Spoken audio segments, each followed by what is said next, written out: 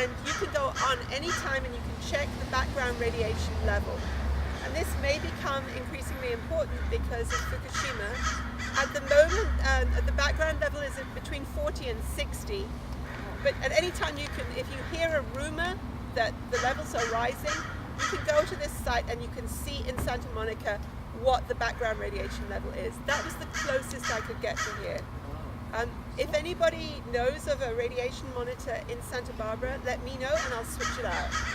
I couldn't find one. Okay, a few other things. 60 what? Huh? 40 to 60 what? I think it's becquerels. I don't know. Yeah. It's the reading that's like background radiation. What do they say is Once it starts going over 60, you have to start paying attention because it's not just background; it's something else going on. Yeah, It's all on that site anyway in detail about when it gets into. They said they weren't monitoring. No, this is a They private said they were. individual This that is very independent. kindly, Oh, very kindly, this private individual has set up a private monitor with a camera on it, and you can go there anytime and look at it, which is a And really. what's the site again? It's on the PDF. I can't tell you because the URL is too long. Oh. But do you have an internet? So what I'm going to do is, if anyone doesn't have internet, I have 3 copies, paper copies that I can give out to people who don't have internet. All right. So next thing is maybe you live next to a busy road. Okay. If you live next to a busy road and you can move. If you can't move, think about getting an air purifier. And I've got links to an air purifying review site that you can look at. And now we're going to move on to the next building block, which is water. Well, the good news is in Santa Barbara in 1999, your council voted against fluoridation of the public water supply. This is extremely good news. Wait. Yeah. That? What? No. When did this happen? Because I just called them 2 days ago and they said, yes, we fluoridate the Santa Barbara No, water. it says, luckily, now I found it. In 1999, they voted in favor of a resolution that they disagree with and reject the state's recommendation to fluoridate the public That's what they water said. He said That's what correct. they I was do. around. They did. They voted down fluoridation. They were very organized in town. Yeah. Hannah Beth Jackson, however, was pro-fluoridation and supported a statewide bill to require fluoridation. I just called the water department 2 days ago. They said, yes, we fluoridate the water. Okay, Brian, do you Oh, know? wow. I was around. I remember that being voted down. All right. If- Well, let's find out, because if they are fluoridating the water supply, we need to put that on our agenda at the GA because it's extremely dangerous. Very dangerous. And, Hannah Beth needs to be addressed because she is such a strong proponent of fluoridating the water. Right. And if she gets elected, she's going to be working for that But end. what I'm going to do is I'm going to double check Zach's contact and see if I can find out.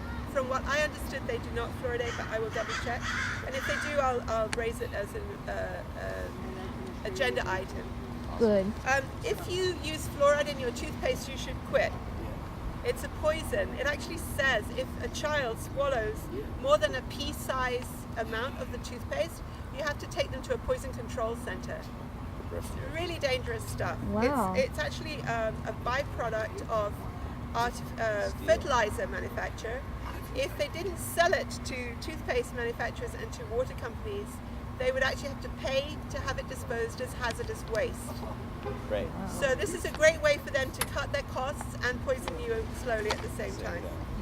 So again, if this is all news to you and you don't know about fluoridation, I have a really nice link to a little movie that will tell you all about it. I heard that it doesn't even prevent tooth decay, and at best, they said it might if it was topically applied. Yeah. The The thing is, there was a very good documentary about it, and it was called "The Healthiest Teeth in the Graveyard." It doesn't matter if it protects your teeth and it kills you. It's implicated in all sorts of terrible bone cancers, especially affecting young men.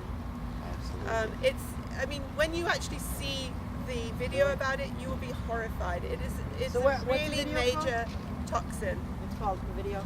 It's on the PDF. Where do you get the PDF? PDF would be on the OccupySB side, but if you don't have a computer, just come to see me then. I have it all printed out. Is there a link? You mean you go?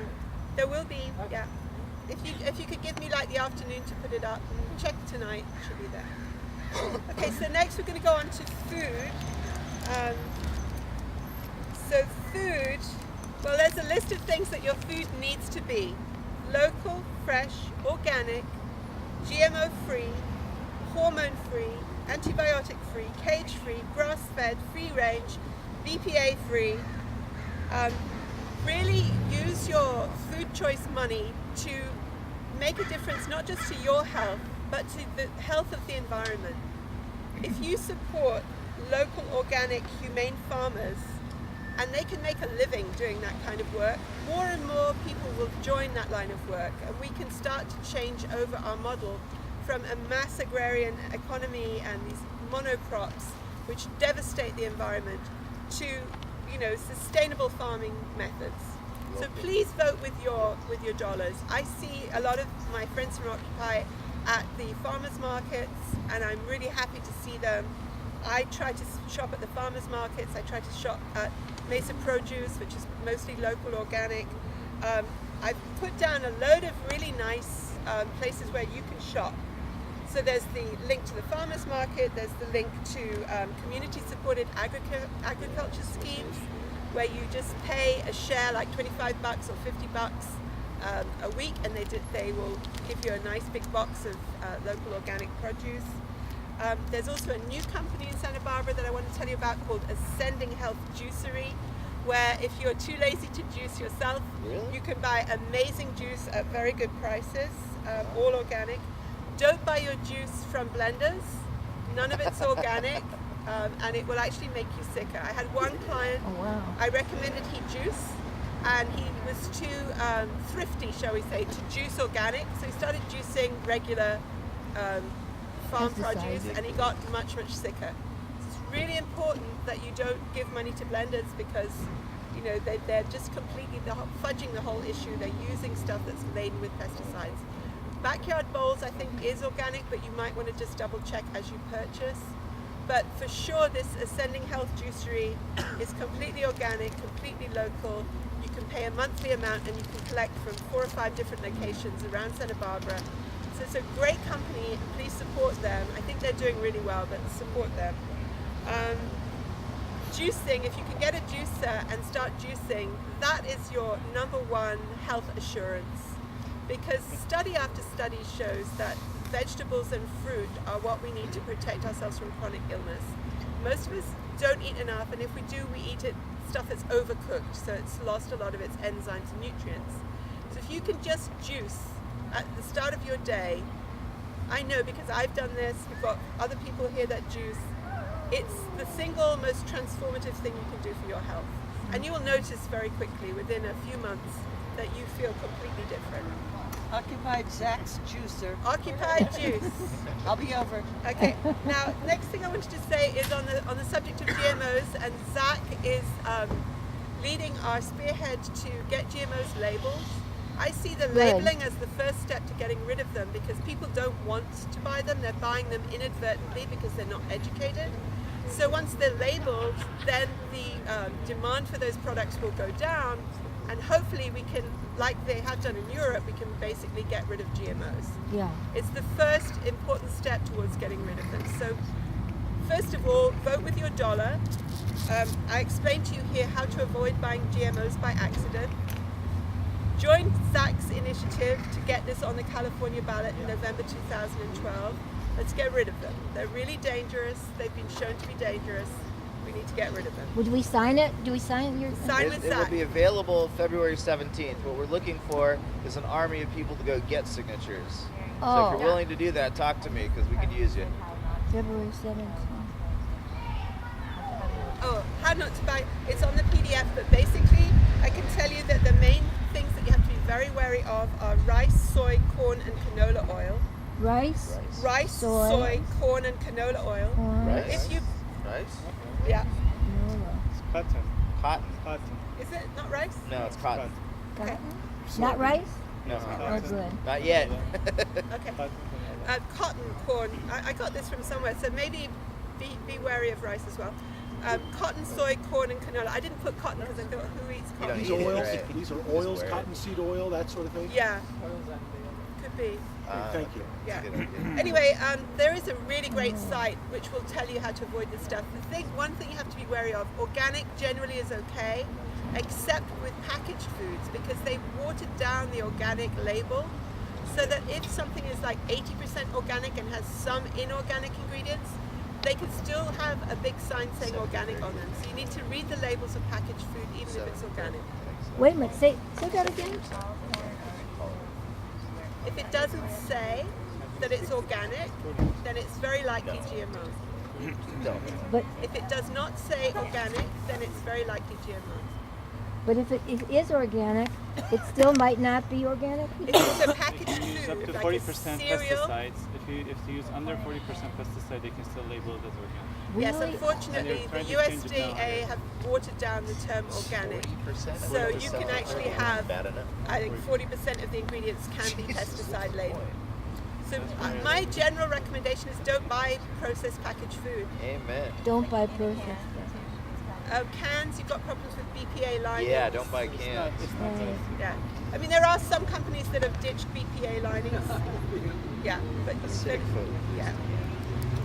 Okay, so and then moving on, we've got. I know this is super fast, but believe me, the PDF will answer all your Awesome, questions. thank you. Going. Yeah. So, just add personal that to care products. Sorry, yes. Would you add planting a garden to that? Planting a Planting garden? a garden, I think, is wonderful. I just I think wanted to put that up one there of my with friends has a food bumper sources. sticker. It That's says, important. "Real patriots build soil." Ah, Isn't that great? Yeah. So plant a we garden. have a little garden. We grow kale, sorrel, chard. We keep a couple of chickens. We grow pumpkins and squash and peppers and eggplants and yeah, totally. If you have space for a garden or even a balcony, start with a garden. Yeah. Where do you get your organic plants? There are nurseries, or you can go to. We have friends who save seeds. Oh, Just some point of information. Yeah. Tomorrow, the seed exchange at the Faulkner Library. Oh, great. At what time? 11 to 3. Yeah. Okay, so Faulkner room in the library, is it? Yeah, it's inside the library, Yeah, Faulkner so 11 Gallery. till 3, a seed. Seed exchange, and you Seed don't exchange. need to have your own seeds. You can come get seeds. The idea is you'll plant those and bring seeds from people next year. Great. So, yeah. does anybody know about container gardening? No. I don't. There are some very good stuff online. People are so generous. That's my experience. If you want to start a garden, there are so many people that want you to start a garden that will give you all of this information. So maybe go to the library, ask someone to help you, Okay. and do some searches. But people are really super generous with their information. There's really no need to buy a book if you don't want to. You can get everything you need online. And one of the occupiers here is Bill Palmisano. He's one of our more Oh, right, famous right. gardeners, organic gardeners. So, Okay, I'm going to plow on. So I just want to give you a heads up about personal care products. Generally, they're very dodgy. And what you need to do is really research. Go through and look at every shampoo, soap, deodorant. And I'm going to give you a site that you can go to check for the ingredients you do not want to see. Generally, if you go to Whole Foods or Lazy Acres and go to their personal care area, you'll get closer to safe products. The safest would be, like I noticed there's some brilliant soap makers locally. If you can buy direct from an artisan soap maker, that would be good. The three biggies that I would avoid are antiperspirants, because, put it this way, would you stop yourself from peeing or pooing? Yeah. What did No. you say? So why would you stop yourself from sweating, which is a major form of excretion? And basically, if your sweat smells bad, it's either because you haven't used soap and you have bacteria in your body that's reacting with your sweat, or it's because your sweat is toxic. If it's toxic, you want it out of your body. And it's a kind of a warning to you to clean up your act in terms of what you're eating and putting into your body. If you use an aluminium-based antiperspirant and you stop a major form of excretion, you'll get really sick. So there's rumors going around the internet that antiperspirants cause breast cancer. And I have spoken to people who say that breast cancers are very often on the same side as the armpit. They're very rarely on the other side. It affects the whole system of the lymphatic drainage. It's really bad news. So no antiperspirants whatsoever. They have to go. Also, no hair dye. Notice I'm grey, glad to be grey. I used to dye my hair. I was kind of vain about it, but I just read so much stuff about hair dye. It gets absorbed into your system. It's extremely toxic and it will kill you. So, you know, it's not worth it. It's really not worth it. Your hair color right now is gorgeous. Thank honey. you. It is. Extremely carcinogenic, especially the darker hair dyes. Extremely. They say Jacqueline Kennedy might have been. They think that she got a brain tumor because she had that signature really dark hair. She used to dye. Anyway, so that's number 2. And number 3 is, let me see. Anti-dandruff shampoos. They are laden with zinc because zinc will stop your scalp from being irritated, dry and scaly. But here's the thing, if your scalp is irritated, dry and scaly, it's trying to give you a friendly warning that you are not well. So sort that out rather than suppressing it with these horrible metal-laden shampoos. What about zinc and vitamins? Yeah, What it's about a what? big, I don't really want to go there. It's such a big question. Vitamins. Can we talk about that later? I think generally it's not a good idea to take vitamins unless you have blood work done. You know, that you really want to tailor your vitamin intake. Isn't it like party somebody's supposed to have? So basically what I'm saying with vitamins is the best thing to do is juice because you will get all of your vitamin requirements covered and it's bioavailable and it's not toxic. If you take vitamins when you don't need to, first of all it's expensive and you end up peeing it out. And second of all, you may overload your system. Do you have anything in there on sunblocks? Ooh. Avoid them all. Sunblocks, I don't use sunblocks. You need to get vitamin D. If you think you're burning, go in the shade or wear a hat. The combination of sunblock chemicals with the sun is really toxic. Not a good idea. Okay, so next I've got your home. Now you think your home is like your sanctuary, but actually you have more toxins in the average home than anywhere else. And you're more likely to get sick from stuff in your home than from anything else. So I've given you a link to look out for a whole long list of stuff and start gradually cleaning up your house. Your house is probably the biggest threat to your health as it stands. And it's too long to even talk about. Literally, it's like a huge long list of stuff that most homes have that you need to get rid of. Sleep. I'm going to go on to sleep now. If you don't sleep well, you will get sick. Because when you're asleep, your body is repairing itself.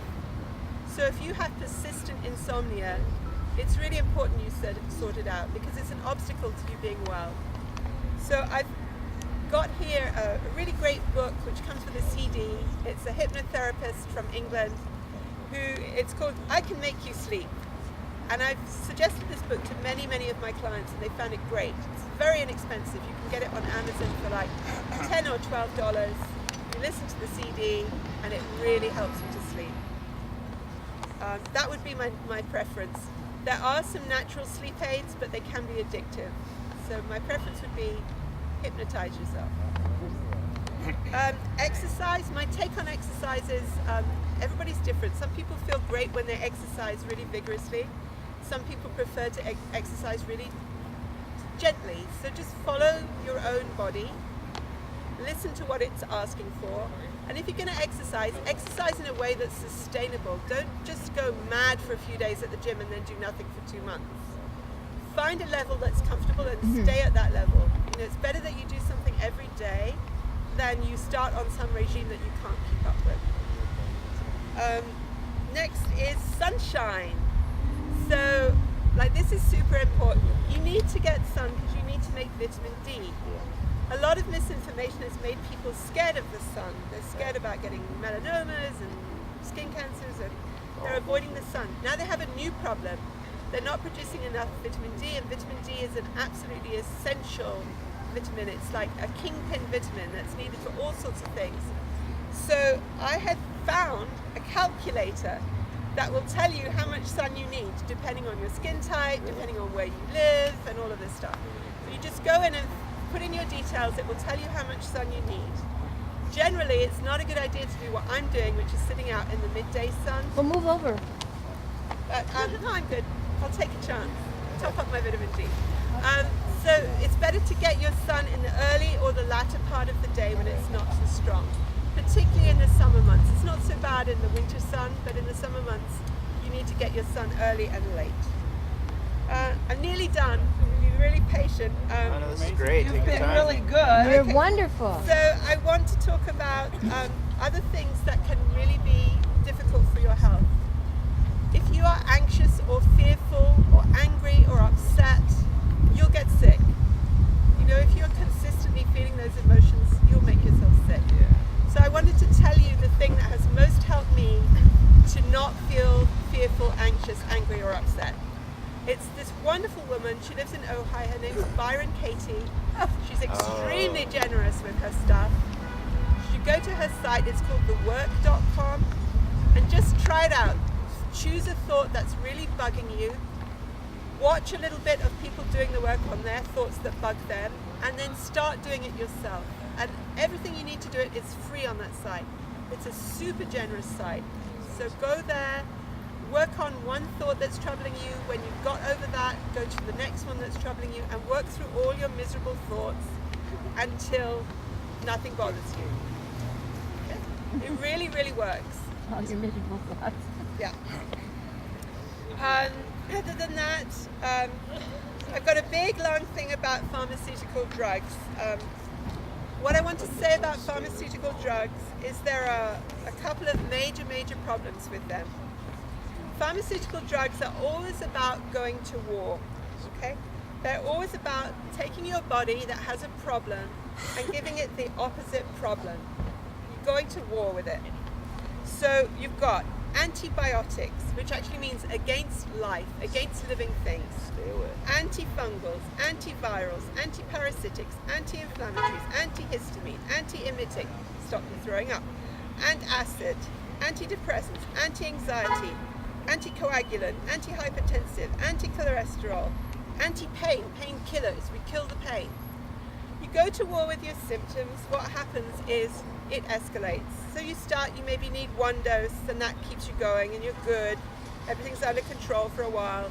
After a few months, not so good. So then now you need 2 doses and 3 doses. And now you have another problem and you need a different kind of medicine. And so now you're taking a cocktail. It's all designed to keep you chronically sick and keep you buying pharmaceuticals. It's not about making you healthy.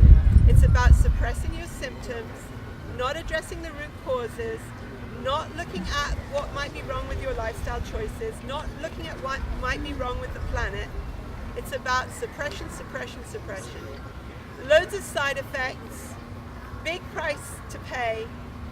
Basically, if you suppress your friendly warning, like you have a little skin complaint and you put on some steroid ointment to get rid of that skin complaint, next thing you'll have is a lung problem or a bowel problem. If you suppress your lung problem and your bowel problem, it will go and follow your energetic pathways towards more vital organs like your kidneys, your liver, your heart, your brain. If you suppress symptoms, you will get sicker and sicker and sicker. Each time you go to your GP or your MD with those symptoms, they'll say that the new symptom have nothing to do with the original symptom. This is a lie. Basically, you're getting sicker and sicker and sicker. So the way that you can tell if you're getting sicker is that you have symptoms that go deeper and deeper into your body to more and more vital organs. The way you can tell if you're getting healthier is those symptoms start moving to the surface, and when they move to the surface, they move down and out through your extremities, and then they are gone. So if you see whatever you're doing causing you to sweat and come out in rashes and puke and have funny stools or weird smelling urine, this is all good. This is stuff clearing out. If all of that stuff disappears and you suddenly get terrible pains in your kidneys, or you go yellow because your liver's packing up, or you get weird things happening with your heart, you're getting sicker. So think about your health care, think about what you're taking into your system, ask yourself, are my symptoms going in or out? What we want is inside out medicine, not outside in medicine. Okay, so it should be very easy for you to know if you're getting better or you're getting worse. And if you're getting worse, stop doing it. Change it. go for the nutritional approach. Go for the holistic approach. Go to a practitioner who can really get to the root of why you're sick. Don't keep doing it because you will die prematurely and you will be miserable. Okay, so that's all of that information about how to tell whether you're getting sicker or healthier is on this PDF. Sorry, did you have a question, Brian? Well, I just had a comment when the general questions come about eating chicken, because I've done a little research on eggs. Okay. And I found out from an article in the Co-op that even though they're called organic, the chickens are often de-beaked, and they're still, even when they're cage-free, they're still pretty crowded, you know. And then I went out to Fairview. A lot of the chicken farmers at the farmers market won't let you inspect their chickens. Like Lily's is very secretive. And then I went out to Fairview Farms, which will let you see their chickens, and they're running around free. But then I found out from Fairview Farms, when they get to be like 3 years old and their egg production starts to drop, then they slit their little throats, and they, you know, and that's a very painful thing too. Apparently people who have had their throats slitted have survived. And so maybe we could rescue chickens, you know, and have them in our own backyards, like from Fairview Farms, and we wouldn't have as many eggs from the chickens, but we'd be saving a life. And you were. Yeah. I just want to comment that it's the free range is such a marketing scheme. If the chicken is actually released in like half an hour, Yeah. cage free, and the rest of the time, and they're in a cage, they're considered cage free. Isn't Yeah, it cage free is awful? the marketing term. I think the other thing that they do is they have a little strip of land alongside big barns full of chickens, and the door is open. But because the they don't chickens go out. don't know that the Right. door is open, they don't go out. Right. So say, hey, look, we have this strip of land, they can go out anytime. But do you ever see a chicken out there? No. So if you want to be sure that your chickens are well treated and your eggs are, you know, ethically raised eggs, then you have to have your own chickens. Or you have to find someone that has their own chickens that will let you see what they do. Tell about the nitrogen, Brian. Well, apparently Can I they're. leave it to the end? Sorry? we do Actually, that my at the mom and I end? have to go, Oh, you have to go? unfortunately. Okay. But it's Say been what- really nice, Tell wonderful. about the nitrogen. Well, you tell her, because we have to go. Well, there's a way of killing the Okay. chickens with nitrogen that doesn't hurt them, and I don't know what the process is. Is it McDonald's? Who's going to do it? McDonald's? Well, they do it in England, I think. Oh, I don't know. That. Is this for a video for the web? Let's try. I can put this. Let's just. If you would like me to, I can put a link to this and we'll put it on YouTube. yeah. Yeah.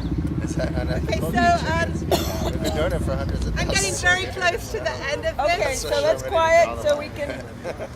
I'm getting really close to the end of it. Thank you all for your patience and your attention, and I hope that it will mean that you get healthier because of it. Oh, thank you. I want to talk about when you get a symptom, okay? When you get a symptom, you've been trained to go to your MD, and what I would suggest is before you do that, that you try to look at the building blocks of your health. So your air, your water, your food, your sleep, your tendency to have negative emotions, your personal care products, what's going on in your home, all of that stuff. If you have a serious symptom, maybe you would like to see a holistic practitioner, a herbalist, a homeopath, an acupuncturist. I would recommend not making your MD your first stop unless it's for diagnostic purposes, because they are actually trained to give you pharmaceuticals. And once you start down that route, you have two problems. You have the original symptom, and you have the side effects and the dependence from the pharmaceuticals. And you're killing your liver. And you're killing your liver because your pharmaceutical products have to be processed. It will affect your liver and your kidneys. So, you know, just try to reset the button when you get sick. Don't just have that knee-jerk reaction of like, oh, I need to see a doctor. Really examine why it could be that your body is giving you this nice, early, friendly warning. You know, see your symptom as your friend. Right. That's alerting you to something that's really not quite right. I want to talk a little bit about two major areas where people get sick. I want to talk about birth control and HRT. So I want to talk about hormone therapy, and I want to talk about dentistry. these are really dangerous areas, okay? And I've given them their own special thing, their own special section in this talk. If you can imagine that your body starts at the material level with bones and muscle and tissue, and then it gets more and more ethereal till it just becomes energy. So the energy is called prana, chi, vital force. It doesn't really matter what you call it. It's the difference between you and a corpse. Okay, it's the bit that we can't actually get our hands on, but we know it's there. So when you get to hormones, they are between this material realm and this energetic realm. They are like the messengers between those two realms. And if you mess with hormones, you pay big time. Okay? So if you're thinking about using contraception, which is hormonal, by that I mean an IUD that releases hormones, which most of them, I think all of them do now, or if you're thinking about taking the contraceptive pill, please think again. It's very likely that you will get extremely sick over time, and that you will have issues with your fertility. I see this all the time. I see people who thought they were doing the right thing, and now they can't get pregnant. It's very, very sad for them. And then they end up with more interference with their hormones, with IVF, and interference through fertility treatments. These people tend to die young of complications like cancer, thrombosis, heart disease. We have a breast cancer epidemic, which just coincidentally seems to coincide with the introduction of the contraceptive pill and people being on it for a number of years. I would say of all of the drugs out there, it's the most pernicious kind of drug. And that goes for synthetic hormones that people use for HRT, and it also goes for so-called bioidentical hormones. I'm very skeptical about bioidentical hormones. The reason is that in life we go through seasons and our body goes through natural changes. If you're in the autumn of your life, don't try and wind the clock back to the summer of your life. Okay, just go with it. It's what's supposed to happen. If you try, even with bioidentical substances, to pretend you're not in the autumn of your life, you will pay a price. So don't let anyone fob you off with bioidenticals. It's not maybe quite as bad, but it's still bad. Okay, so then I want to talk about dentistry, which is my specialist subject because my cross to bear in this life has been my teeth. I think I mentioned earlier on that I had mercury poisoning from vaccinations I had when I was 4 weeks old, when my parents took me to the tropics, which led to lots of holes in my teeth, which were filled with mercury fillings, which caused me to be unwell for 31 years of my life till I realized what was going on. And then I got to the root of the problem. I had all the mercury taken out, but unfortunately I still have some mercury in my system, and my teeth continue to have holes in them. And so I know a lot about dentistry. I know that the conventional approach with amalgam fillings and root canals is extremely dangerous and makes people very ill. And I would like you, if you are planning to have any dental work done, to really investigate this before you go ahead and spend a lot of money effectively leaving something which is dead and toxic in your body and covering it up and making it look pretty. You wouldn't do it if your hand was gangrenous and falling, had a finger falling off. You wouldn't just pretend it's not there. Just because it's hidden in your mouth and you can put a crown over it or you can dress it up, it's still a poisonous, toxic thing which is connected to your whole system and will make you ill. So please, really bear in mind that this is a very important health decision when you go to the dentist. I've given you the name here of a dentist who takes all of these things into account, who will not convince you to spend money on stuff which will make you overall sicker. She's a biodentist. So if you're going to have any dental work done, please get an opinion from her. Where did you give it to us? Her name is Cynthia Copeland. It's on the list. Okay, and then I'm going to finish off now with just a rule of thumb when you're thinking of having any kind of medical intervention or treatment. Please do your research carefully. Please weigh up the risks and benefits before you decide to do something. Please do not use the mainstream media because it's bought and sold by pharmaceutical companies. Go online and research. In order to kind of reset your buttons, because you've had your whole life you've been lied to, I've given you a load of great movies that you can watch that will bring you up to speed about the reality of things like cancer, vaccination, food, pharmaceuticals, the Gerson method, nutrition, diabetes, all sorts of great stuff on this PDF that you over time can, maybe once a week just watch a documentary and start to deprogram yourself. Be very skeptical of any information that comes to you from a vested interest. I said it in my first talk. The pharmaceutical corporations are the most corrupt, the most heinous of all the corporations. They cause untold damage and suffering, and they deny. Some people say that they're the third leading cause of death in the United States after cancer and heart disease. I believe they're the first leading cause because they deny. Only a fraction of the number of deaths that we know are happening are being recorded. I would say it's very likely to be the number one cause of death in this country. So because I love you all, occupiers, and because I want you to be along for the long haul, please be careful in your choices. And if anybody wants to ask me anything about a very specific, private question about your own health, please do. Thank you. Bravo! Yay!